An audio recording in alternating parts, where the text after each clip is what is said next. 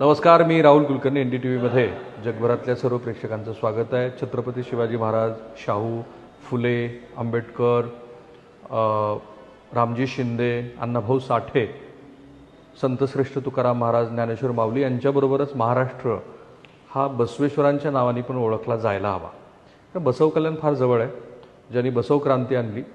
आणि बघा, कोल्हापूरपासून ते नांदेडपर्यंतचा जो हा सगळा सीमावर्ती भाग आहे ना, त्या सीमावर्ती भागामध्ये लिंगायत समाजाचं बऱ्यापैकी प्राबल्य आहे. पण गोष्ट अशी आहे की महाराष्ट्रात आपण जर विशिष्ट पद्धतीची आंदोलनं आणि त्याला प्रतिआंदोलनं ह्याच्या निमित्ताने एक पॉलिटिकल स्टेटमेंट सध्या सुरू आहे की आम्ही एवढे उमेदवार पाडू शकतो किंवा एवढे विजयी करू शकतो. तर आम्ही हाच प्रयत्न करतो आहोत की महाराष्ट्रात अशा कुठल्या जात घटकांचं कोणत्या कोणत्या विधानसभा मतदारसंघामध्ये प्राबल्य आहे. तर हा जातिवंत महाराष्ट्र या मालिकेतला तिसरा भाग आहे. आणि काही आकडेवारी माझ्या हातातच आहे लिंगायत समाजाची. लातूर शहरामध्ये मराठा समाज हा 30,000 आहे, तर लिंगायत समाजाचं या मतदारसंघात लातूर शहरमध्ये 65,000 एवढं त्यांचं इथे मतदार आहेत. लातूर ग्रामीणमध्ये 1,10,000 मराठा समाज आहे, तर लिंगायत समाज 40,000 आहे. अहमदपूरमध्ये 52,000 मराठा समाज आहे, मुस्लिम समाज 35,000 आहे, तर धनगर समाज 38,000 आहे, तिथेही 40,000 लिंगायत समाज आहे. उदगीर जळकोटमध्ये 40,000 मराठा समाज, मुस्लिम 50,000, धनगर 26,000, लिंगायत समाज 45,000. निलंगा, देवणी, शिरूर, आनंदपाळ 61,000 मराठा समाज, मुस्लिम समाज 33,000, तिथे 48,000 असा लिंगायत समाज. आणि सगळं लोकसभा लातूर मतदारसंघाचं जर गणित मांडलं तर मराठा समाज आहे 3,43,000, मुस्लिम समाज आहे 2,82,000, धनगर समाज आहे 1,89,000 आणि लिंगायत समाज आहे 2,83,000. का मी तुम्हाला सांगितलं तर आपली एक सर्वसाधारण महाराष्ट्राकडे पाहण्याची जी धारणा आहे, त्या धारणेपेक्षा जसं जसं आम्ही ह्या जातिवंत महाराष्ट्राच्या आकडेवारीमध्ये जातोय तसे तसे अनेक नवे खुलासे आणि मलासुद्धा बऱ्यापैकी आश्चर्यचकित व्हायला लागतं. कारण हे खरंच आहे की 1931 नंतर ह्या देशामध्ये जातनिहाय जनगणना झालेली नाही. आणि म्हणून पुढे आजचे जे आपले तज्ज्ञ आहेत, राजशेखर सोलापुरी सर, तुमचं स्वागत आहे NDTVमध्ये. तर मी त्यांना बोलवलं आहे थोडंसं पॉलिटिकल आणि थोडंसं अरिथमॅटिक आकडेवारी याच्या दृष्टीनं. सो मी जेव्हा म्हणतो की कोल्हापूरपासून नांदेड पट्ट्यापर्यंत, पण तुम्ही खरंच इंटरेस्टिंग मला मुंबईचीच गोष्ट सांगितली. होय. कारण जुना मुंबई प्रांत होता, भाषावर प्रांत रचना होण्याच्या अगोदर ब्रिटिशांनी निर्माण केला. आणि मुंबई प्रांतामध्ये कर्नाटकाशी जो जोडलेला भरपूर भाग जो आहे, म्हैसूर हा भाग वेगळा होता आणि मुंबईशी खूप मोठा भाग जोडला होता कर्नाटकाचा. आणि आज जर आपण पाहिलं तर स्थलांतरित झाल्याचं जे प्रमाण आहे मुंबईमध्ये तर ते मोठ्या प्रमाणामध्ये आहे. माटुंगा असेल, चेंबूर असेल, या भागामध्ये मोठ्या प्रमाणामध्ये लिंगायत तुम्हाला दिसून येतील. पण हा सगळा चाकरमानी वर्ग आहे. तो स्वतःला एका कोशामध्ये बंदिस्त करतो आणि त्याला स्वतःला असं वाटतं की आपण राजकीय अभिनिवेश न ठेवता फक्त सांस्कृतिक आणि धार्मिक कार्यक्रमापुरतं मर्यादित राहावं. आणि त्या दृष्टिकोनातून तो कधी उमेदवारी मागणं वगैरे ह्या गोष्टीच्या पाठीमागे लागत नाही. परंतु जर पाहिलं तर उपद्रव मूल्य तिथल्या लिंगायतांचं नसलं तरी सुद्धा ताकद मोठ्या प्रमाणामध्ये आहे. हां.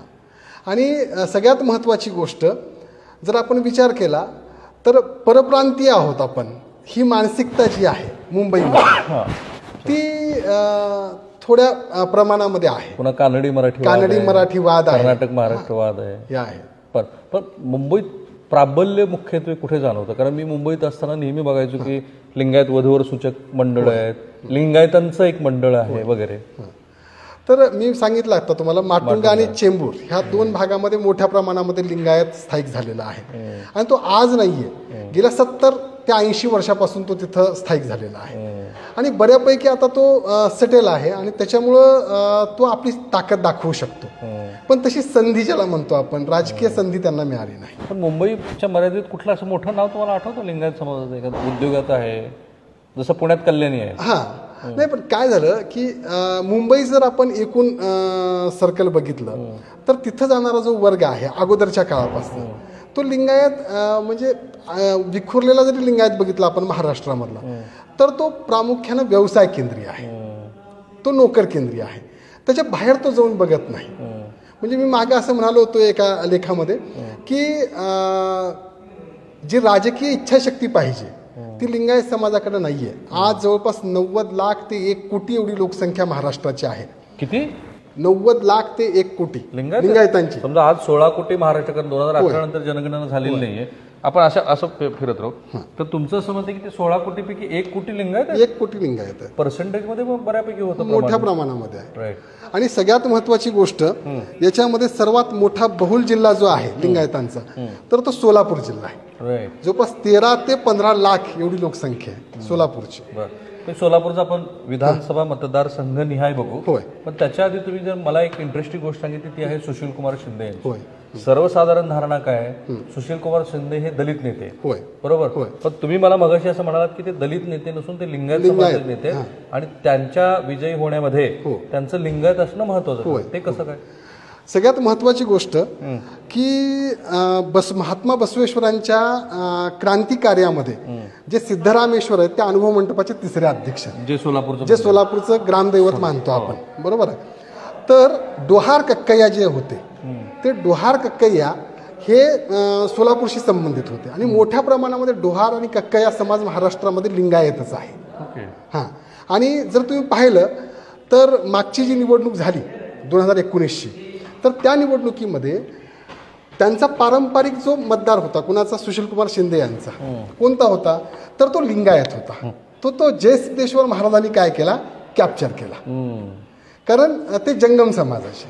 आणि त्याच्यामुळं जर आपण जर राजकीय गणित आणि जातीय गणित जर मांडली तर त्याच्यामध्ये डोहार समाजामधले खरं तर मूळ शब्द डोहार, ओके, पण ते गुरं ढोर असा जो शब्द आहे त्याच्यापासून तो ढोर समाज असा आपण म्हणतो. त्यामुळे भाजपनं दिलेल्या त्या उमेदवारामुळे जे लिंगायत समाजाचे गुरु आहेत त्यामुळं सुशील कुमारांचं जी लिंगायत वोट बँक होती ती विस्कटली.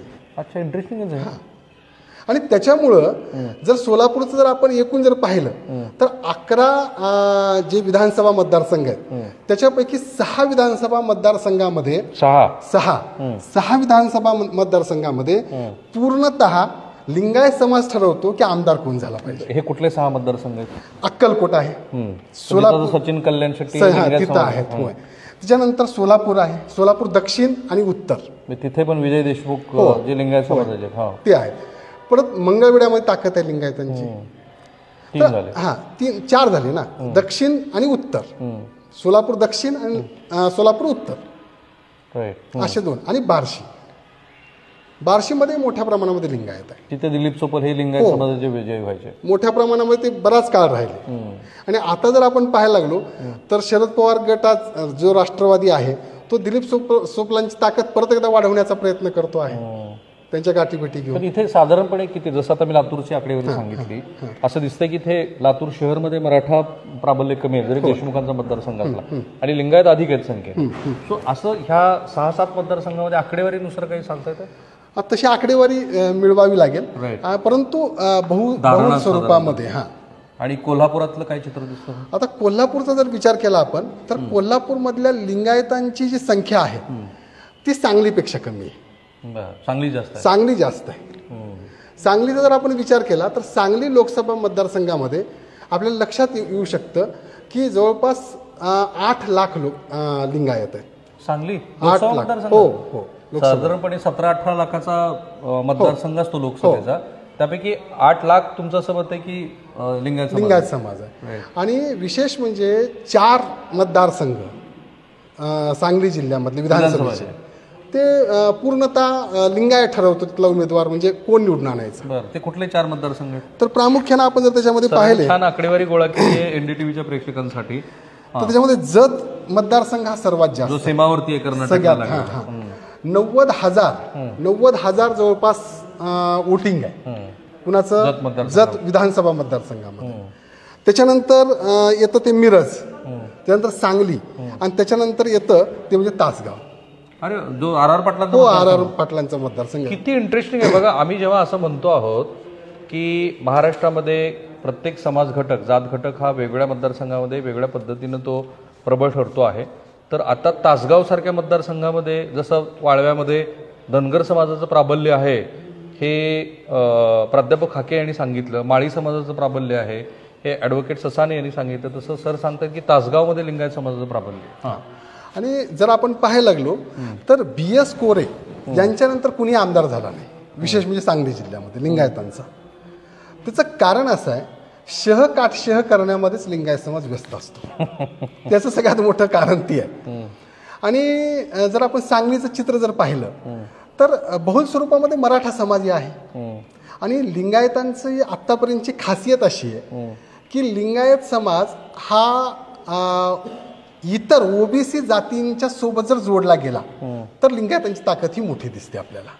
म्हणजे बघा, तुम्ही म्हणताय सोलापूरमध्ये 6, सांगलीमध्ये 4 अशा 10 विधानसभा मतदारसंघ. पण मग ह्या सीमावर्ती भागात मिळून आणि तुम्ही जर मुंबईचं ऍड ऑन केलं तर साधारणपणे किती मतदारसंघामध्ये हा?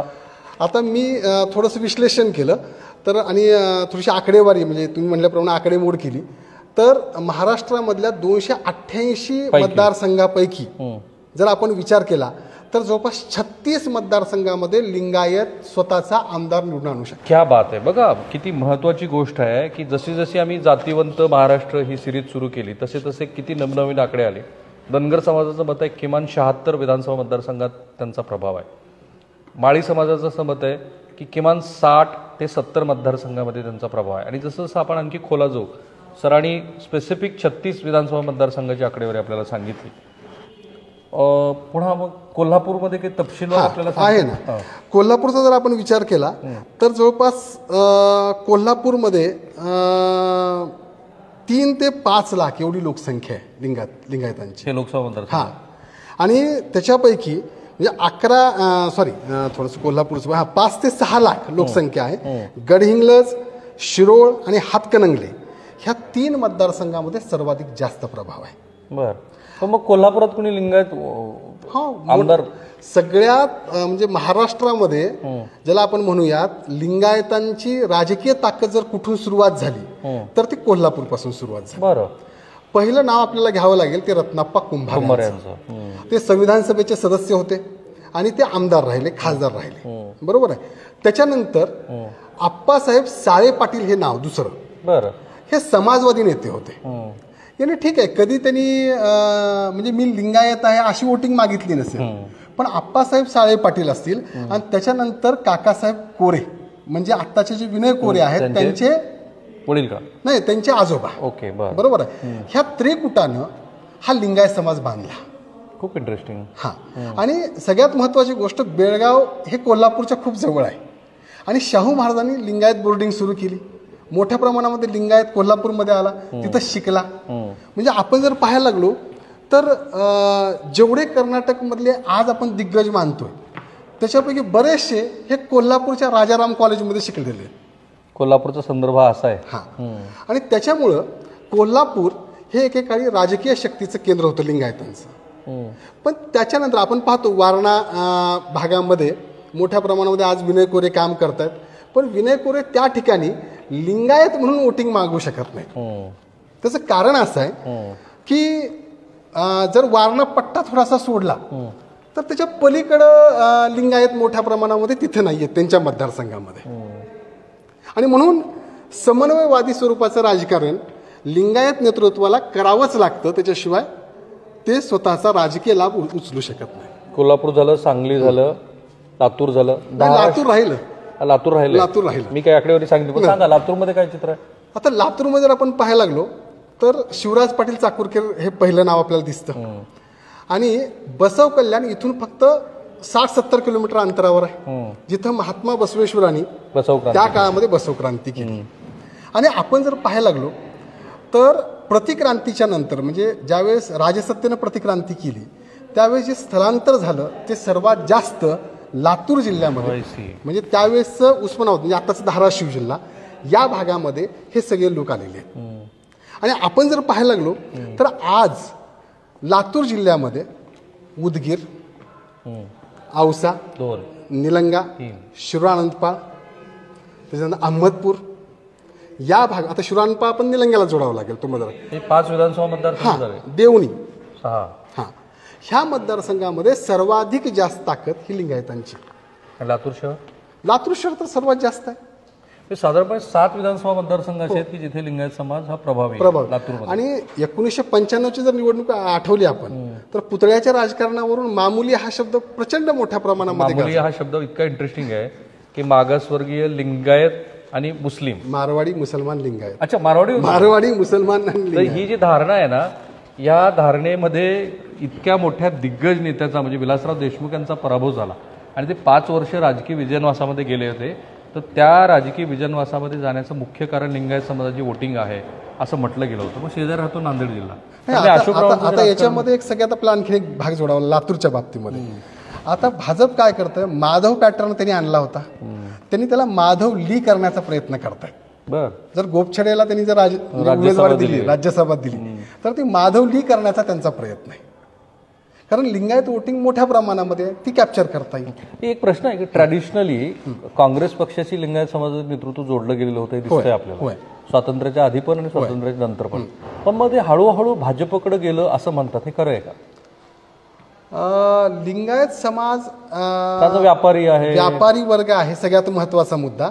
आणि तो आजही विखुरलेला आहे, तो कुठल्याही एका पक्षाशी बांधलेला नाहीये. म्हणजे आपण जर पाहायला गेलो तर असं म्हणू शकत नाही की लिंगायत वोटिंग ही एक गठ्ठा एका कुठल्या तरी राजकीय पक्षाला पडते. ते खेचण्याचा प्रयत्न आता गेल्या 10-20 वर्षामध्ये होतो आहे. 2017 पासून जी म्हणजे आपण पाहतो की 7 पासून जी मोर्चे निघण्याचा प्रयत्न केला गेला, 17 पासून वेगळा धर्म, अल्पसंख्याक दर्जा मिळावा, ह्या मागण्यांमुळं जो जनसमुदाय रस्त्यावर आला, त्याच्यामुळे याची वोट बँक किती आहे याचा अंदाज राजकीय. किती मोर्चे निघाले त्यावेळेला हिंदू लिंगायत आम्हाला वेगळे आयडेंटिटी? जवळपास 24 मोर्चे निघाले.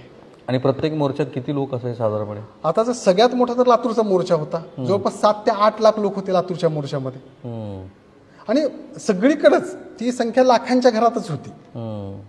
म्हणजे एवढ्या मोठ्या प्रमाणामध्ये राजकीय ताकद आहे किंवा मतदानाची मतदार तितका मोठ्या प्रमाणामध्ये आहे हे पहिल्या सुरू कळालं. पण तर त्याची राजकीय ताकदीबद्दल लिंगायत समाजात आपण बोलतो तेव्हा गोपछडे हे राज्यसभेवरती आहेत. 2-3 नावं आपल्या चर्चेत आली. सचिन कल्याण शेट्टी आले, विजय देशमुख आले, विनय कोरे आले. हे सोडून आणखी लिंगायत समाजाचे आमदार कोण आहेत? मला तर अमोल मिटकरी हे विधान परिषद ते पण लिंगायत समाजाचे. हरीश पिंपळे म्हणून आमदार आहेत विदर्भामधले शिवसेनेचे, ते लिंगायत आहेत. विदर्भामध्ये खरं तर ताकद खूप मोठ्या प्रमाणामध्ये नाही लिंगायतांची. परंतु तरी सुद्धा जर आपण विचार केला तर याच्या अगोदर हरिभाऊ नाईक हे विधान परिषदेचे सदस्य होते, ते लिंगायत होते. आणि असे काही संदर्भ म्हणजे आढळलेले आहेत की जे महाराष्ट्र राज्याचे दुसरे मुख्यमंत्री होते मारुतराव कन्नमवार, तर त्यांच्या घरी दररोज जंगम जेवायला जायचा. अच्छा.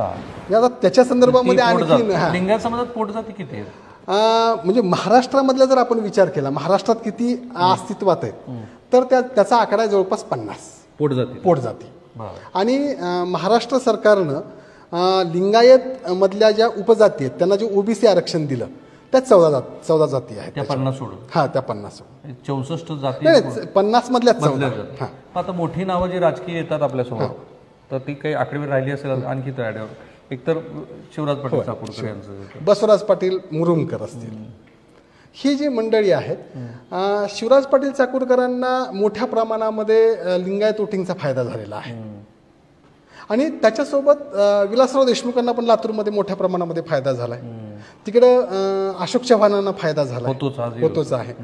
जर आपण नांदेडचा विचार केला तर 5 ते 5.5 लाख लोकसंख्या आहे लोकसभा मतदारसंघ. लोकसभा आणि विधानसभेत कुठे प्रभाव दिसतो लिंगायत? तिथं देगलूर भागामध्ये, कारण देगलूर सगळ्यात जास्त चिटकून आहे सीमावर्ती भागामध्ये कर्नाटकाला. देगलूर, त्याच्यानंतर कंधार, मुखेड, भोकर आणि नांदेडमध्ये दक्षिण आणि उत्तर अशा मतदारसंघांमध्ये लिंगायत मोठ्या प्रमाणामध्ये आहे. पण झालं असं की सामाजिक चळवळीमधून आलेले जे नेते होते ते नांदेड जिल्ह्यामधले प्रामुख्यानं 2 मोठ्या संघटना, शिवा संघटना आणि बसव ब्रिगेड, तर त्यांना मोठं राजकीय अशा स्वरूपामध्ये फलित हातामध्ये लागलं नाही. त्यांनी प्रयत्न केला आणि मग अशा स्वरूपामध्ये थोडंसं ध्रुवीकरण होताना आपल्याला दिसून येतं. आतापर्यंत माझं जे आकलन झालं तसं की जे मी अगदीच ओपनिंग रिमार्क्सलाच म्हटलं की सीमावर्ती भागामध्ये लिंगायत समाज अधिक आहे. पण मराठवाड्याचे जे उर्वरित जिल्हे आहेत, धाराशिवमध्ये उमरगा, तुळजापूरचा मोठ्या प्रमाणात, जळकोट, अंदूर वगैरे हा जो भाग आहे त्या भागामध्ये मोठ्या प्रमाणामध्ये लिंगायत आपल्याला दिसून येतं. आणि मग छत्रपती संभाजीनगर, जालना, बीड. आता छत्रपती संभाजीनगर मधली जवळपास आकडेवारी जी आहे ती जवळपास 3 लाख लोकसंख्या आहे. लिंगायतांची छत्रपती संभाजीनगर जिल्ह्यामध्ये. पण तिथं पण आपण पाहतो की स्थलांतर करणाऱ्या लोकांचाच मोठ्या प्रमाणामध्ये भाग मोठ्या प्रमाणात, त्याच्यामुळे ते राजकीय ताकद दाखवू शकत नाही.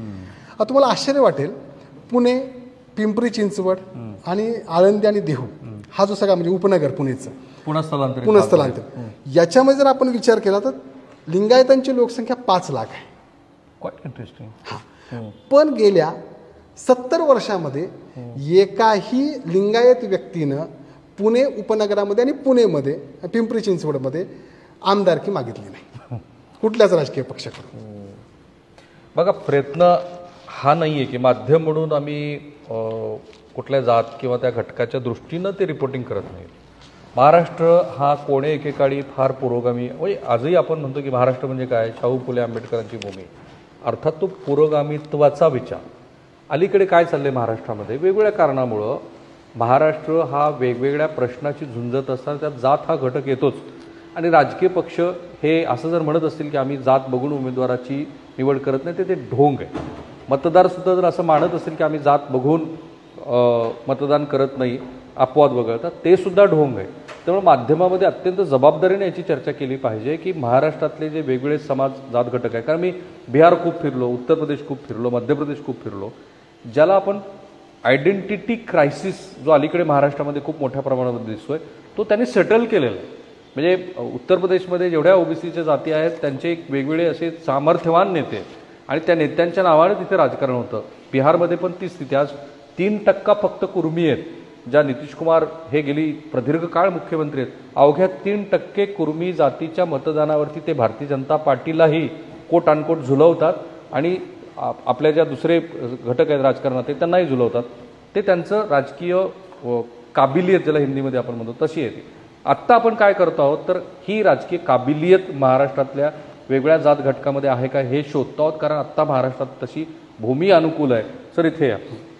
साधारणपणे आत्ता महाराष्ट्र विधानसभेमध्ये किती आमदार आहेत लिंगायत समाजाचे, काही आकडेवारी आहेत आपल्याकडे? तशी अल्प आहे. मी तुम्हाला सांगितलं की उपद्रव मूल्य दाखवण्यामध्येच लिंगायत समाज मोठ्या प्रमाणामध्ये पुढे दिसतोय. म्हणजे काय होतं की तुम्ही म्हणल्याप्रमाणे की वेगवेगळ्या राजकीय पक्षांमध्ये तो विभागलेला आहे. म्हणजे PC अलेक्झांडर, तुम्ही आत्ता जे बोलत होता त्या अनुषंगाने मला महाराष्ट्राचे राज्यपाल राहिलेले 12 वर्ष PC अलेक्झांडर यांचं एक वाक्य आठवलं. ते असं म्हणाले की लोक जातीनं मतदान करत नाहीत, लोक जातीला मतदान करतात. आणि म्हणून हे आपण सोडू शकत नाही. म्हणजे मतदान करत असताना, मताचा अधिकार बजावत असताना प्रत्येक जण जात बघतोच. आता फक्त या ठिकाणी आपण पाहायला लागलो तर जिथं अनुसूचित जाती जमातीला सुटलेले मतदारसंघ आहेत, नाही तर लातूर अनुसूचित जातीसाठी लोकसभेची ट्रिक वापरली, हा, तर तिथं काही ट्रिक वापरायच्या आणि तिथले उमेदवार त्या स्वरूपामध्ये निवडून आणायचे. आणि आज आपण पाहतोय की मोठ्या प्रमाणामध्ये पक्षाच्या संघटन पातळीवर मोठ्या प्रमाणात लिंगायत दिसतोय. ओके, हा, ऍडमिनिस्ट्रेटिव्ह पक्षाचा पार्ट तो जास्त, सगळ्यात जास्त तो आहे. तसं भाजपचं आणि फंडिंग मध्ये सुद्धा सर्वात जास्त लिंगायत आहे. Quite interesting. हा, आणि त्याच्यामुळं लिंगायत समाजाचा फायदा प्रत्यक्ष ग्राउंडवर करून घेण्यापेक्षा तो त्या पक्षाचं मॅनेजमेंट आणि त्याची आर्थिक ताकद कशी वाढवता येईल, कारण हा व्यापारी समाज आहे. एक सहज प्रश्न पडतो म्हणून, कारण चाकूरकरांचं नेतृत्व आता बऱ्यापैकी राजकारणाच्या पडद्यात ते थोडेसे सक्रिय नाही. आत्ताची लिंगायत समाजाची राजकीय नेतृत्व म्हणून काय सद्यस्थिती आहे? लिंगायत समाजामध्ये काही वेगळ्या पद्धतीची अस्वस्थता आहे का? आहे तर ती का आहे? आता म्हणजे राज्याचं संपूर्ण राजकारण कवेत घेणारा लिंगायतांचा एकही चेहरा आपल्याला समोर दिसत नाही, दुर्दैवानं. म्हणजे एखाद्या नेत्याचा प्रभाव असेल तर तो त्या विधानसभा मतदारसंघापुरता किंवा त्या प्रदेशापुरता, पण संपूर्ण राज्याचा अवकाश ज्यानं व्यापावं असं एकही नाव आपल्याला समोर दिसत नाही. आणि त्याच्या पाठीमागं वेगळी कारणं आहेत. परत तसं नेतृत्व विकसितच होऊ द्यायचं नाही, अशा स्वरूपाचे हातखंडे आखले गेले, त्या स्वरूपामध्ये नीती आखली गेली. आणि त्याच्यामुळं एकही नाव आता गेल्या 10 वर्षामध्ये आपल्याला दिसत नाही. आणि जे नावं पुढे येत आहेत असं वाटत होतं त्या माणसांचा ठरवून पराभव केला गेला. त्या त्या पक्षामधल्याच लोकांनी पराभव केला. असे एक दोन नावं सांगता येतात तुम्हाला? बसवराज पाटील नागराळकर बसवराज पाटील मुरुमकर हे नाव आपल्या समोर आहे. औसा मतदारसंघामध्ये मोठ्या प्रमाणामध्ये लिंगायत वोटिंग होती, तिथे त्यांचा अभिमन्यू पवार पराभव केला. राईट. आणि आता मग हे जे वेगळा धर्म आणि आता जी महाराष्ट्रातली सामाजिक स्थिती आहे त्याच्यामध्ये लिंगायत समाजात काय अस्वस्थता आहे ना. म्हणजे सगळ्यात महत्वाची गोष्ट, कोणताही राजकीय पक्ष म्हणजे लिंगायत स्वतंत्र धर्म आहे असं मान्य करायला तयार नाही. कर्नाटक मध्ये राज्य सरकारनं तसा प्रस्ताव पाठवला होता, पण केंद्र सरकारनं त्या स्वरूपामध्ये तरतूद करायला पाहिजे. 1931ला शेवटची जनगणना झाली ज्याच्यामध्ये लिंगायत हा स्वतंत्र धर्म आहे असं सांगितलं गेलं. पण त्याच्यानंतर ज्या जनगणनेमध्ये लिंगायत हा हिंदूचाच भाग आहे असं सांगण्यात आलं. आणि त्याच्यामुळं लिंगायत समाज जो आहे तो आजही या मानसिकतेमध्ये आहे, जो या धर्माला स्वतंत्र धर्म मान्यता देईल तो राजकीय पक्ष आणि अल्पसंख्याक असा दर्जा देईल त्या राजकीय पक्षाच्या पाठीमागे हा पक्ष उभा राहू शकतो. पण याच्यामध्ये सगळ्यात जास्त तोटा हा भारतीय जनता पक्षाला होण्याची शक्यता आहे. हिंदू कन्सेप्ट हिंदू पॉलिटिक्स आहे. त्याच्यामुळे ते, आणि हा वैदिक धर्म आहे परत, त्याच्यामुळे त्याला मान्यता देणं हे त्यांना रुचणार आणि पटणारं नाहीये. सरांनी जे सांगितलं त्याची खरं तर तपशीलवार खुलेपणाने वेगळी चर्चा होऊ शकते, कारण ते दोन स्वतंत्र मुद्दे आहेत, पण महाराष्ट्राच्या राजकारणाशी ते जोडले गेले. बघा आमचा प्रयत्न काय आहे, जो मी वारंवार सांगतो आहे की येणाऱ्या विधानसभा निवडणुकीमध्ये महाराष्ट्रातली निवडणूक ही जातनिहायच निवडणूक होणार आहे.